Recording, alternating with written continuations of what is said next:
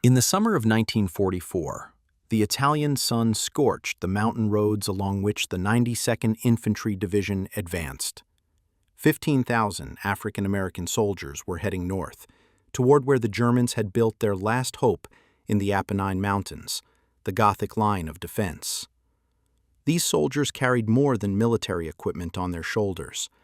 They carried the history of their people, the hopes of their families, and the need to prove something obvious, that courage and dignity don't depend on the color of one's skin. In the America they were going to fight for, their parents couldn't vote in most southern states. Their brothers and sisters attended segregated schools. But here, in Italy, they were given weapons and assigned a combat mission. The name Buffalo Soldiers came from the 19th century and became a symbol of African-American military units. The 92nd Division adopted this name with pride. Like a relay baton passed through generations, their emblem featured a black buffalo, an animal once considered a symbol of the untamed American prairie. The history of this division didn't begin in the Italian mountains. Its roots reach back into the past, into the trenches of World War I, into the cavalry forts of the Wild West, into a people's long struggle for recognition. And now, in 1944, this history was writing a new chapter. The name Buffalo Soldiers was born in the dust of the American West after the Civil War. Native American tribes gave this nickname to African-American cavalrymen. Some say because of their curly hair, which resembled buffalo fur. Others say because of their tenacity in battle, which matched that of a wounded buffalo. Either way, the name stuck and became a mark of military honor. After the Civil War, the U.S. Army formed 4 permanent African-American regiments, the 9th and 10th Cavalry, and the 24th and 25th Infantry. These units served on the western frontier, patrolling vast territories, participating in conflicts with Native American tribes, building forts and roads. They protected settlers who often looked at them with contempt. The paradox of defending those who denied them equal rights became the norm of their service. When World War I broke out, African Americans took up arms again. More than 350,000 went to Europe. Most worked in rear units, unloading ships, building roads, digging trenches. But there were those who fought on the front lines. The 369th Infantry Regiment spent 191 days on the front line, longer than any other American unit in that war. The French dubbed them the Harlem Hellfighters and awarded the entire regiment the Croix de Guerre. These soldiers proved that bravery has no color. But when they returned home with medals on their chests, America greeted them with the same system of segregation. The summer of 1919 went down in history as the Red Summer. A wave of racial pogroms swept through dozens of American cities. War veterans, who had recently worn their uniforms with honor, became victims of violence on their home soil. Hopes for change shattered against a wall of prejudice. But the memory of the Buffalo Soldiers didn't die. It was passed from father to son, from veteran to recruit, living in family stories and military traditions. When World War II began, a new generation was ready to raise this banner. The 92nd Infantry Division became their chance to write a new page in this difficult but proud history. October 1942, Fort Huachuca, Arizona. In the middle of the desert, where the summer sun turned the parade ground into a scorching pan, and winter nights made men shiver with cold, the 92nd Infantry Division was assembling. They chose a black buffalo on a green background as their emblem. The Buffalo Soldiers were returning to military service. Soldiers arrived from all over the country, from the cotton fields of Mississippi and the factory floors of Detroit, from the coal towns of West Virginia and the noisy streets of Harlem. Some sought escape from poverty. Some strived to prove their worth. Some simply answered their country's call. They were all united by the color of their skin and a thirst for respect. Command of the division was entrusted to Major General Edward Almond, a native of Virginia. He grew up in the South and absorbed its views on race relations. Almond openly doubted the ability of African American soldiers to fight on par with whites. This position of the commanding officer became a heavy burden for the division from day one. It's hard to believe in yourself when your commander doesn't believe in you.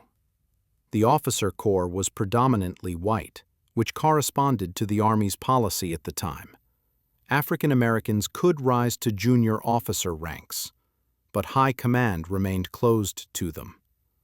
This system created an invisible wall between commanders and soldiers. Training was tough.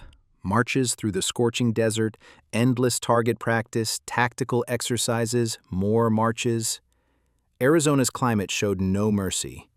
Daytime heat gave way to nighttime cold. Physically, the soldiers were well prepared. But how do you believe in your strength when the nearest town greets you with a sign reading, "Whites Only"? During leave, soldiers faced the reality of wartime America. The city of Tucson divided servicemen into two categories. White soldiers could enter any bar or restaurant. African Americans were refused at most establishments. Fights broke out between soldiers of different races. Military police more often took the side of whites. Despite all obstacles, the division was forming. Men became soldiers, mastered their weapons, learned to operate in combat. By the summer of 1944, the 92nd Infantry Division was ready for war. It remained to be seen whether the war was ready for them. July 1944.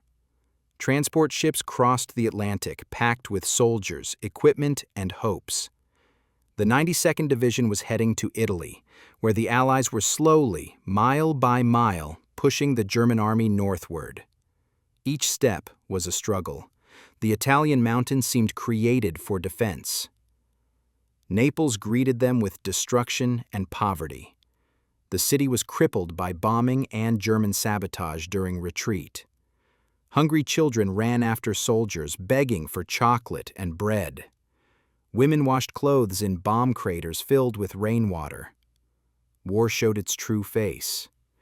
For many soldiers, this was their first time abroad. And here something strange and unfamiliar happened. Italians saw them simply as American soldiers, liberators. Not black soldiers, just soldiers. Skin color suddenly ceased to be the defining characteristic. This was a new, almost forgotten feeling, being judged not by appearance but by deeds. The division was moved to the front gradually. The battle line ran along the Arno River, winding through the hills of Tuscany. The Germans retreated methodically, blowing up bridges, mining roads, turning every village into a small fortress. Every meter of advance required effort. The first battles came in August, small skirmishes, patrols, probing attacks. Soldiers learned to fight for real. Theoretical knowledge from Fort Huachuca met reality, where bullets whistle for real, where the wounded scream in earnest, where death comes quickly and doesn't discriminate by rank. In September, the 370th Regiment captured the city of Lucca after hard fighting. This was the first significant victory. The soldiers proved they could advance, could take fortified positions, could win. The residents of Lucca greeted them as heroes. Flowers, tears of gratitude, bottles of Chianti. For a brief moment, war showed that it wasn't only about death, but also about liberation. But ahead lay the real test. The Gothic Line, the last German defensive line in northern Italy. A line of bunkers, pillboxes, minefields, and barbed wire stretching through the mountains from sea to sea. Field Marshal Kesselring considered this position impregnable. He had yet to learn what those who have something to prove are capable of. September 1944. The Apennine Mountains rose like a wall before the advancing troops. Somewhere in these heights lay the Gothic Line, the result of months of German engineering work. Every valley covered by machine gun nests, every peak crowned with an observation post, every trail mined. The 92nd Division received orders to advance on the western sector, in the mountains between La Spezia and Massa. The terrain was merciless. Steep slopes, narrow mountain roads through which equipment could barely pass. And then the autumn rains began, turning trails into rivers of mud. The Germans met the offensive with well-organized fire. They knew these mountains. They had been digging trenches here for months. They had turned every height into a small fortress. The 92nd Division faced experienced German units, hardened by years of war. These weren't recruits, these were professionals. The first attacks were difficult. Soldiers scrambled up slopes under machine gun fire, fell, rose, went forward again. German artillery hit with precision. Shrapnel turned trees into splinters, rocks into shrapnel. Evacuating the wounded was a true ordeal. Each height was won with sweat and blood. General Almond criticized the division in his reports. He blamed the soldiers for slow progress, not mentioning the impossible terrain and strong enemy. His reports painted a picture of incompetence. This criticism reached the American press. Newspapers wrote about the failures of the 92nd Division. Soldiers in the trenches learned that back home they were considered failures. But officers at the front knew a different truth. They saw soldiers going into attack again and again despite losses, saw medics carrying out the wounded under fire, saw machine gunners holding positions to the last bullet. War correspondents who spent days in the trenches wrote completely different stories. The 370th Regiment captured height after height in October. Slowly, at a dear price, but moving forward. The 371st Regiment conducted night attacks, using darkness as an ally. The Germans began to retreat in some sectors. The Gothic Line was showing cracks. The price was high. Companies lost half their personnel in a week of fighting. Replacements arrived, barely trained recruits, and died in their first days. Officers fell more often than soldiers, leading attacks from the front. Medical battalions worked around the clock. Cemeteries grew faster than the front line moved. By November, it became clear there would be no quick breakthrough. Winter was approaching, the coldest in many years. Snow buried the mountains, froze the ground, turned trenches into ice pits. The war froze into positional warfare. Both sides dug into the ground, waiting for spring. December 1944 brought frosts to the Apennines that even old-timers couldn't remember. Temperatures dropped to minus 20 degrees Celsius.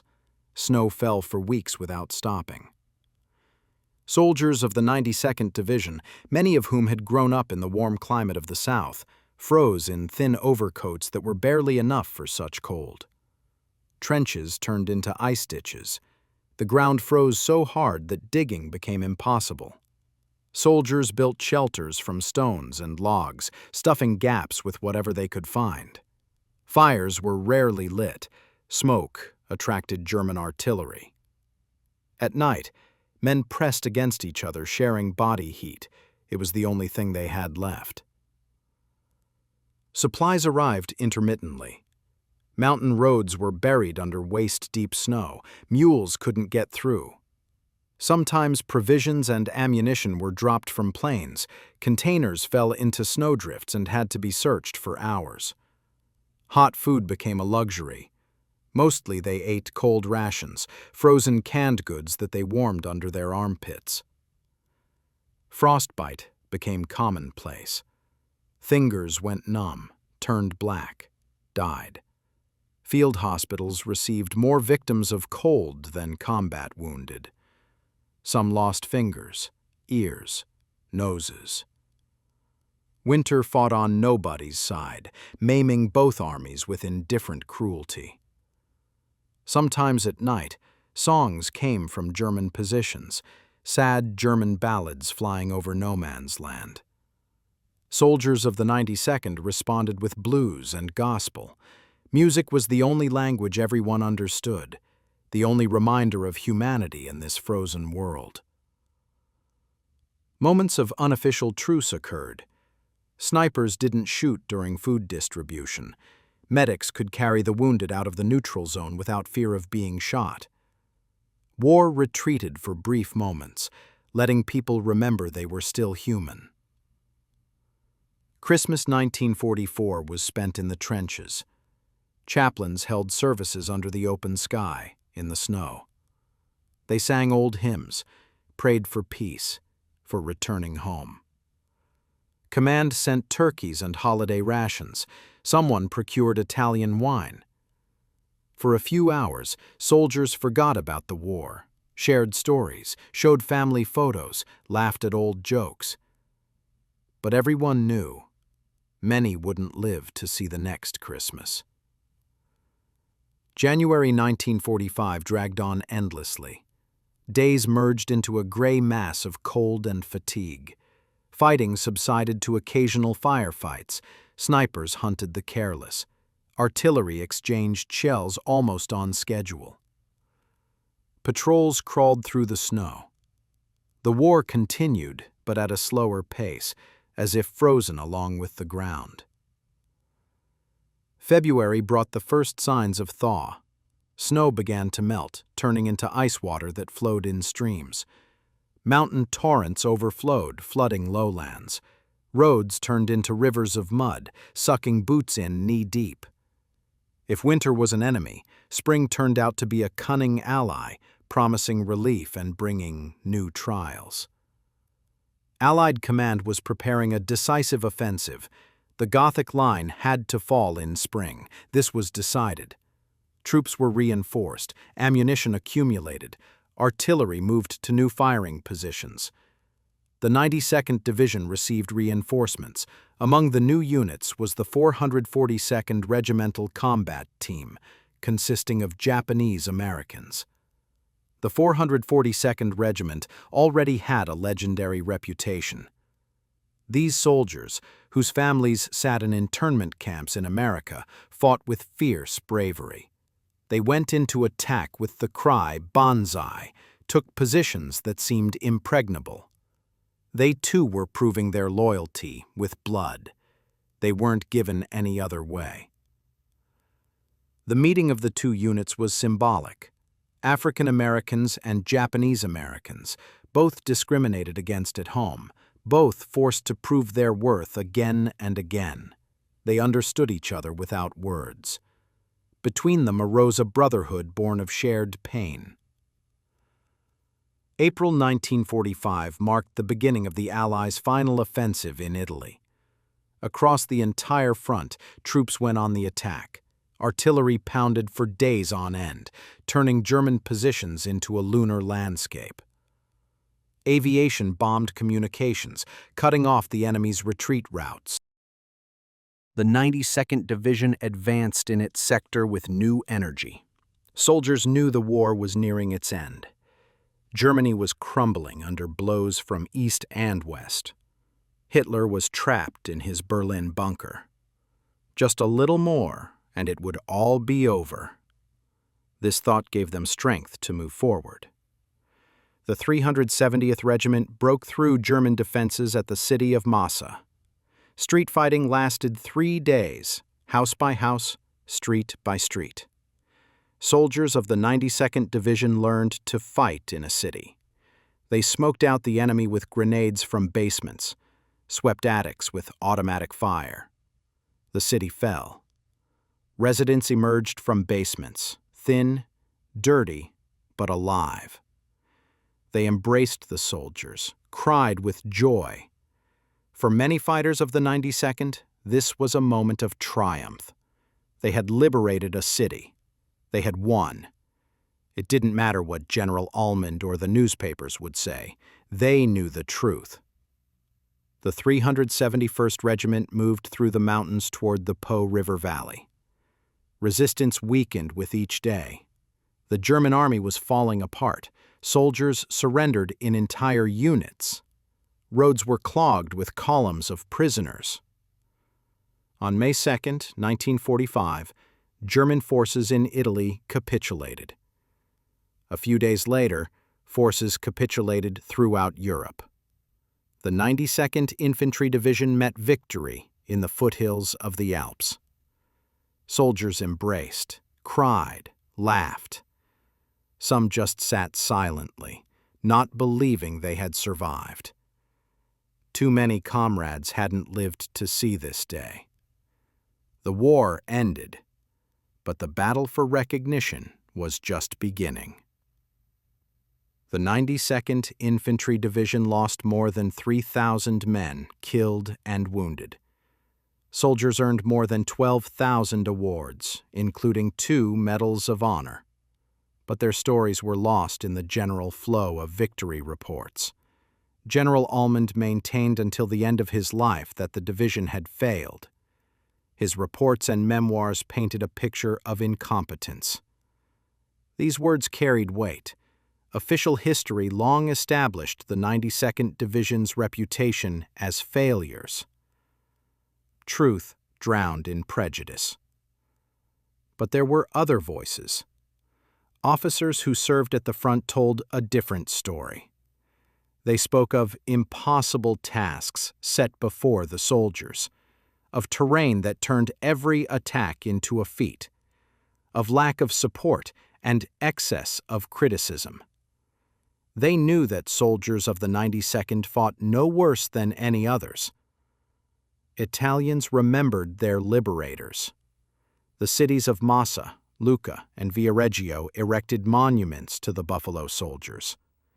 Local residents preserved stories about the Black American soldiers who freed them from fascism. For them, skin color didn't matter. Freedom mattered. In the summer of 1945, soldiers returned home. They sailed across the Atlantic on the same ships that brought them to Europe, but they were different people now. They had seen death, known fear, experienced the brotherhood of the trenches. They had proven their bravery to everyone, except perhaps their country. America met them with the same segregation. At southern ports, they were led down separate gangways. On trains, they rode in colored cars. In cities, they weren't allowed into restaurants. They took off the uniforms of victors and again became second-class citizens. But something had changed inside. These men now knew their worth. They had liberated cities, defeated the enemy, survived the hell of war. They could no longer be convinced of their own inferiority. The seeds of the future civil rights struggle were sown in the Italian mountains. Many veterans of the 92nd Division became activists in the civil rights movement. They participated in marches, organized communities, demanded change. They said, "We fought for freedom overseas. Now we will fight for freedom at home." Only in the 1990s did the division's history begin to be reconsidered. Historians raised archives, interviewed veterans, checked facts. It turned out that the division had accomplished its task, despite all obstacles. That soldiers fought bravely, and failures were the result of poor leadership and impossible conditions. In 1997, President Clinton awarded Medals of Honor to 7 African-American World War II veterans who had been unfairly passed over because of racism. One of them served in the 92nd Division. Only one remained alive to receive the award in person. Justice came half a century late. The story of the 92nd Infantry Division is a story of courage that received no recognition. The Gothic Line fell, not because it was weak. It fell because the soldiers storming it were stronger. Among them were the Buffalo Soldiers of the 92nd Division. They climbed impossible slopes, went into attack under fire, held positions when it seemed all was lost. Their story was almost forgotten. Almost. But memory is tenacious, especially when it's written in blood on Italian rocks. Cities remember. Veterans remembered while they lived. Historians are restoring the truth piece by piece, and the picture is becoming clearer. The Buffalo Soldiers fought not only for victory over the enemy. They fought for the right to be seen, heard, recognized, for the right to be called Americans without qualifications, for the respect that was due to them, simply because they were human. The Gothic Line has long been erased by time. Bunkers overgrown with grass, trenches collapsed, minefields cleared. But the memory of those who fought there must live, not as a lesson about war, as a lesson about human dignity, about unbreakable spirit, about the price of justice. When German soldiers laughed at black troops at the beginning, they didn't know who they were dealing with, didn't know the history of the Buffalo Soldiers, didn't know about centuries of struggle, about generations who survived conditions that break the spirit, didn't know that these soldiers were hardened not only by military training, but by life in a country that denied them rights. They learned this on the slopes of the Apennines, in the cities of Tuscany, at the bunkers of the Gothic Line. Learned that courage doesn't depend on skin color, that human will is stronger than steel fortifications, that justice, though delayed, finds its way. This is the story of the 92nd Infantry Division, the story of Buffalo Soldiers, who broke through the Gothic Line and continued to fight for justice at home. Their war didn't end in 1945. It continued for decades, and in some sense, continues to this day.